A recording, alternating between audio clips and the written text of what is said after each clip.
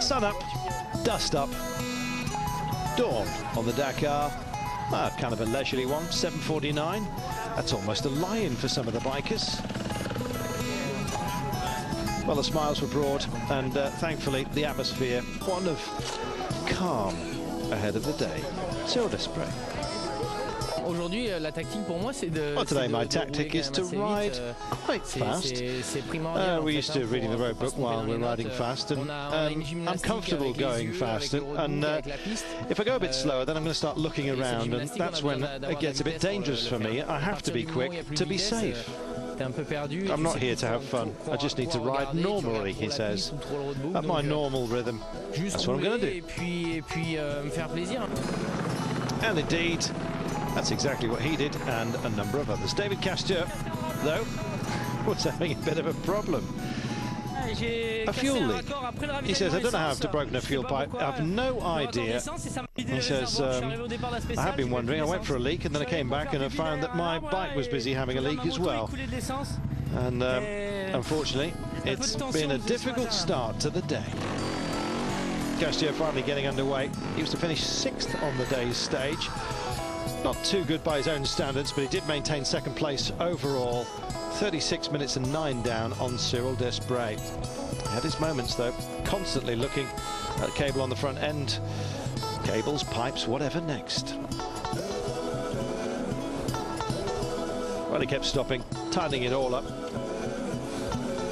and kept wondering where Chris Blaise was. A man reasonably close to him in the overall standings.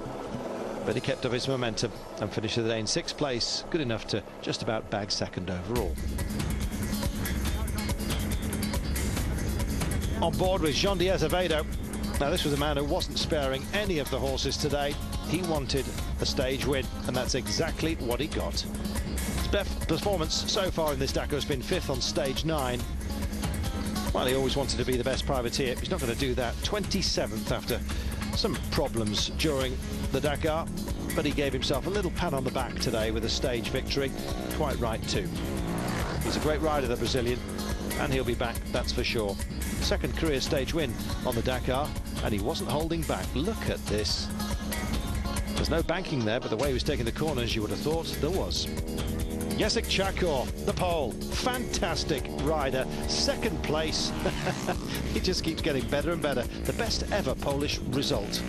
Never forget that. 2nd on today's stage, 10th in the overall ranking. A top 10 for Poland, fabulous. Jan Winters, 3rd today, 6th overall. His brother Einar, 10th on the stage. He's 14th, keeping it in the family, the Latvians. They'll be back as well. You can be certain of that. And what a nice way to celebrate what is always a massive achievement, reaching Dakar. And how about this? Thierry Bettis and Yanis Winters, both helping each other get lost here.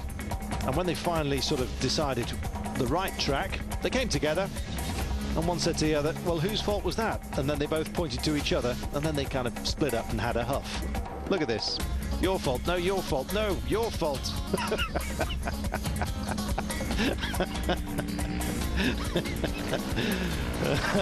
They came in. Bettis 24th. He'd lost a lot of time. 8th overall. And what about Chris Blaise? 4th today, 3rd in the standings. Tremendous result for the young American. Got a great heart.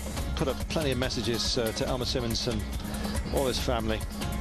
Simmons, of course, who died on stage 4. Chris Blaise has never forgotten him. And the Honda of Paulo Goncalves, 7th today, 24th in the overall ranking. Regular in the top 10 after the break. After that rest day, he's done a great job. And Michael Marchini of France on board the Yamaha, 8th today, 7th overall. The Corsican restaurateur. Presumably he'll be offering us all free lunch if we care to make the trip. Or maybe not. Paul-Anders Olivatera, 4th in the overall rankings. A top 5 finish for a privateer. How about that? Somebody give him a factory ride next year, please. He's fantastic, the Norwegian. Relaxed today. Got a 1 hour cushion in that 4th spot. Wasn't going to throw it away. just rode it in. And Ines Vintas, we told you about him, chasing him down, number 116, finished 14th and keeping it all in the family, as we've said. Great result for the Latvians. Try emulating that. Amazing. As far as the Brits are concerned, coming home today, Steve Malone, 93, Paul Broom, 100, and Mike Hughes, 121. Amazing. Overall standings, Paul Broom, 103, Steve Malone, 108, Mike Hughes, 127. Well done, lads. That music is because we're saluting. How's about that? Cyril Desprez, though. Oh, maybe it was for him. Victory for him. Tomorrow, he's going to run into Dakar for his second win. His second title. Took it in 2005. Fabrizio Meoni was the faller then, don't forget. And an emotional Cyril Desprez today dedicated his victory to his old comrade. Super job.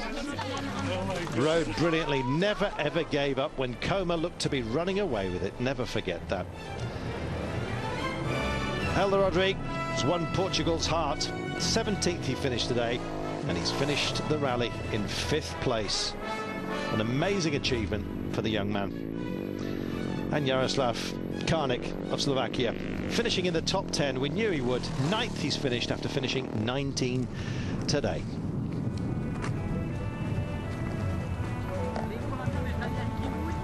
Well, I have to tell you, despite the fact that we ran in today, there was a very, very sad note on this day. And as the sun set on today's rally, not Eric Croquel, who we're on board here now, saying it's his best Dakar and pleased to be there. And one man who didn't quite make it, I have to tell you, is a gentleman called Eric Abijou.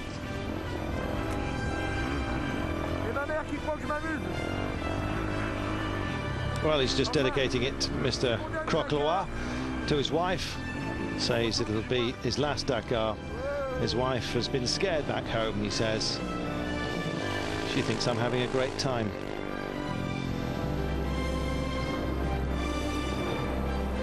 And now to that sad news of the day. Eric Abijou, 42 years of age, riding with number 26, the Frenchman. He was on board his Yamaha. And today, at the end of the Dakar on the liaison, he pulled over feeling faint. And I'm afraid to tell you, the ardours of this amazing race took their toll, and he died of a heart attack. Thoughts are with his family.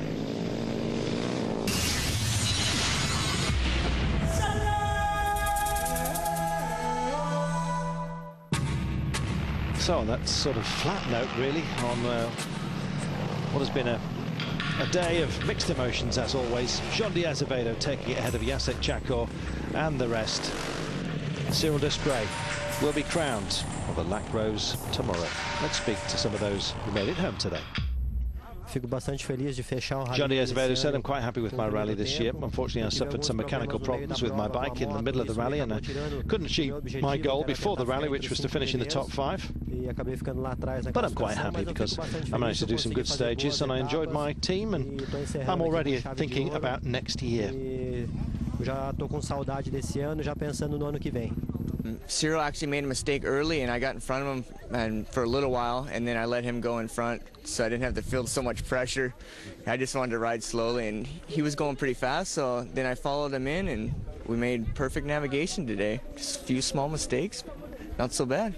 And David Cuss just saying, well, during the stage, I said to myself, Chris Blaze, where on earth is he? Where is he? I pushed and pushed, and after a jump, the bike stopped sharply, and I said, it's not possible. Let's just ease off and enjoy the ride home and just accept that he's not going to catch me and have some confidence. The cables are becoming disconnected, but, well, he's managed to nail second place as David Castio, and he deserves it. What a character. Tracks all over the place, he said, but I got here. Well, Cyril Desprez said 2005 was different, you know, after the difficult year that we had with the death of my big friend Fabrizio Meoni. It was really tough. And I believed, and now I'm with him up there.